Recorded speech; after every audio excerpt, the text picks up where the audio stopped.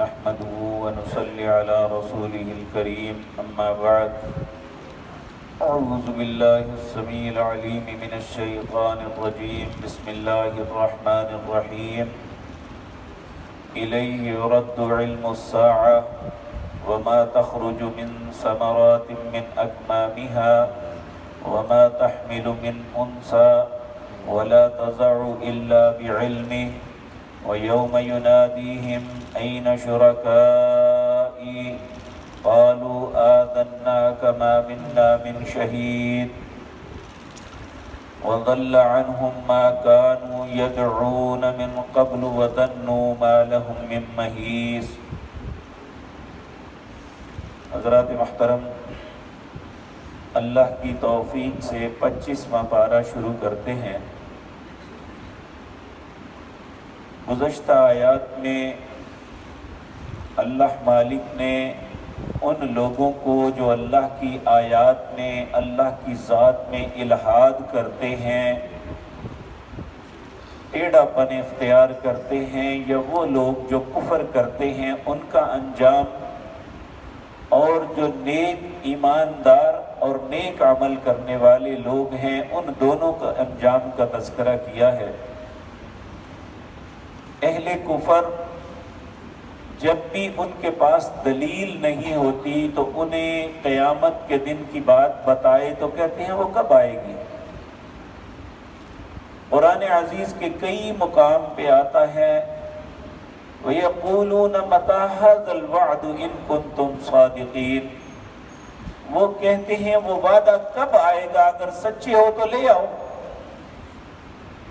تو پچھلی آیت میں ہم نے پڑھا تھا کہ اللہ نے یہ بات بتائی کہ وَلَوْلَا كَلِمَةٌ سَبَقَتْ مِن رَبِّكَ لَقُضِيَ بَيْنَهُمْ، اگر اللہ کا کلمہ سبقت نہ کر گیا ہوتا کہ میں ہر شخص کو، چاہے وہ مجھے مانتا ہے یا نہیں، میری مخالفت کرتا ہے یا میری اطاعت، میں ہر شخص کو ایک وقت دوں گا، مہلت دوں گا، اور اس مہلت سے پہلے کسی انسان کو ہلاک نہیں کیا جاتا، چاہے وہ کتنا فرعون کیوں نہیں۔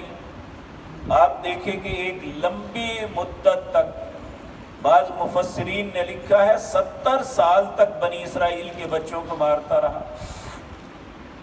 پھر اس کے بعد موسیٰ علیہ السلام کے ساتھ ایک لمبا عرصہ اس کا کلیش رہا، اور ہر معاملے میں اس نے زیادتی کی۔ اللہ دیکھتے رہے، اور اللہ فرماتے ہیں قرآن عزیز کے اندر ستّون، اللہ کا حوصلہ بہت بڑا ہے، اور اللہ بڑے حوصلے کے ساتھ برداشت کرتا ہے، وگرنہ اللہ کی ذات کے ساتھ کوئی شریک ٹھہرائے اور جائے کہاں۔ لیکن اللہ کہتے ہیں وَلَوْلَا كَلِمَةٌ سَبَقَتْ، میرا کلمہ یہ سبقت کر گیا ہے کہ میں ہر کو مہلت دوں گا، اور ہر شخص اپنی مہلت گزار رہا ہے۔ اچھا ہے تو جب اس کی مہلت ختم ہوگی، اس کی زندگی ختم ہوگی، تو اس کے لیے اللہ نے بے شمار انعامات اور اجر تیار کیے ہوئے ہیں۔ اگر وہ اللہ کی معصیت میں مرے گا تو اللہ نے اس کے لیے عذاب بنائے ہوئے ہیں، العیاذ باللہ۔ اللہ ہم سب کو اپنی پناہ میں رکھے۔ تو اللہ رب العزت فرماتے ہیں کہ میرے نبی کو بار بار کہتے ہو کہ کب آئے گا، الیہ یرد علم الساعہ، قیامت کا جو بھی معاملہ ہے اس کا علم تو اللہ کی طرف لٹایا جائے گا۔ یعنی دنیا میں کسی کو بھی پتہ نہیں ہے کہ قیامت کب قائم ہونی ہے۔ قیامت قائم ہونا تو بڑی دور کی بات ہے۔ اللہ رب العزت فرماتے ہیں وَمَا تَخْرُجُ مِنْ ثَمَرَاتٍ مِنْ أَكْمَامِهَا، لوگوں کوئی بھی پھل اپنے خوشے سے نہیں نکلتا میری اجازت کے بغیر۔ کوئی بھی پھل، کوئی بھی اپنے خوشے سے، اپنے خول کے اندر سے باہر نہیں نکلتا۔ وَمَا تَحْمِلُ مِنْ أُنْثَىٰ، اور نہ ہی کوئی مؤنث مادہ حاملہ ہوتی ہے میری اجازت کے بغیر۔ وَلَا تَضَعُ، اور نہ ہی کوئی بچے کو جنم دیتی ہے، وضع حمل کرتی ہے میری اجازت، الا بعلمی، مگر مجھے پتا ہوتا ہے۔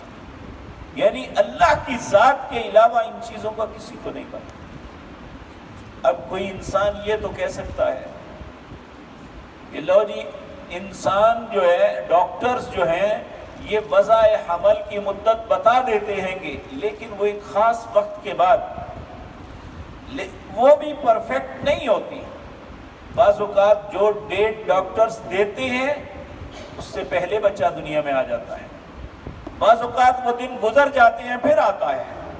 حقیقی علم ہر چیز کا اللہ کے پاس ہے، تم قیامت تو بہت بڑی بات ہے اس کی بات کر رہے ہو، دنیا میں تو یہ ساری چیزیں اس کا کسی کو علم نہیں ہے۔ وَمَا تَخْرُجُ مِن ثَمَرَاتٍ مِّنْ أَكْمَامِهَا وَمَا تَحْمِلُ مِنْ أُنْثَىٰ وَلَا تَضَعُ إِلَّا بِعِلْمِهِ۔ اور آج کہتے ہیں فلاں مشکل کشا، فلاں حاجت روا، فلاں بگڑی بنانے والا، فلاں ہر چیز کو جاننے والا، شہباز کرے پرواز جانے راز دلا دے۔ اللہ کہتے ہیں میں قیامت کے دن کہوں گا وَيَوْمَ يُنَادِيهِمْ أَيْنَ شُرَكَائِي، اس دن میں پکاروں گا ان کو، کہاں ہیں وہ میرے شریک جو بناتے تھے، کدھر ہیں وہ، کہاں ہیں وہ کرنیوں مرنیوں والے، کدھر ہیں وہ؟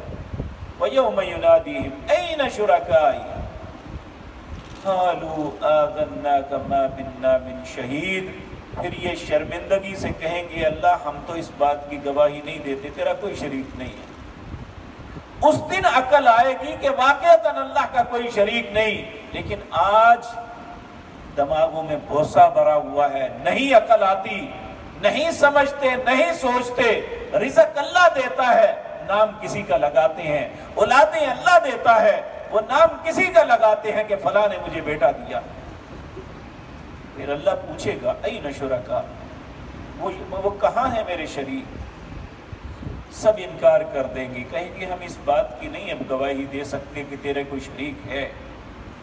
وَضَلَّ عَنْهُمْ مَا كَانُوا يَدْعُوا مِن قَبْلُ، وہ سب گم ہو جائیں گے جن کو وہ دنیا میں پکارتے ہیں، جسے یا داتا یا غوث یا فلاں یا فلاں یا فلاں کر کے پکارتے تھے۔ وَضَلَّ عَنْهُمْ مَا كَانُوا يَدْعُونَ مِن قَبْلُ، وہ سارے کے سارے گم ہو جائیں گے، کوئی نظر نہیں آئے گا اللہ کی عدالت میں۔ سفارش اور اللہ سے منوانا زبردستی یہ تو بہت دور کی بات ہے، نظر ہی نہیں آئیں گے۔ وَضَلَّ عَنْهُمْ مَا كَانُوا يَدْعُونَ مِن قَبْلُ، جن کو پکارتے تھے وہ سب گم ہو جائیں گے۔ وَظَنُّوا مَا لَهُم مِّن مَّحِيصٍ، اس وقت ان کے پاس گمان کریں گے کہ ہماری بچت کا کوئی رستہ نہیں ہے۔ اور اگر اس وقت کی مایوسی سے پہلے آج مجھے اور آپ کو چاہیے کہ ہم اللہ کی ذات کے ساتھ کسی کو شریک نہ بنائیں۔ اللہ اپنی ذات اور صفات کے اندر خود مختار ہے، لا شریک ہے۔ ان اللہ بالغ علی امری، اللہ اپنے فیصلوں میں خود مختار ہے، اس کے فیصلوں کے اندر کوئی شخص دخل نہیں دے سکتا، حتیٰ کہ انبیاء اور فرشتے بھی اللہ کے معاملے میں دخل نہیں دے سکتے، وہ بھی ہر زندگی کے ہر معاملے میں اللہ کے محتاج ہے۔ اور ہم اللہ کے رسولوں کی دعائیں سامنے دیکھ لیں کہ ہر نبی کوئی بھی زندگی میں چھوٹا معاملہ ہوا ہے یا بڑا، ہمیشہ یا ربی اللہم، اسی طرح اللہ سے دعائیں کرتے رہے۔ کسی نے یہ نہیں کہا کہ میں خود ایسا کر لوں گا۔ آج بدقسمتی سے امت مسلمہ کے اندر ایک کثیر تعداد ایسی ہے جو اللہ کی ان قوتوں اور قدرتوں کو دیکھنے کے باوجود وہ اللہ کی قوتوں کو تسلیم نہیں کرتی، بلکہ اللہ کے ساتھ شریک بناتی ہے۔ اللہ ایسی بد نصیبی اور بدبختی سے ہم سب کو بچائے۔ اقول قولی ھذا واستغفر اللہ لی۔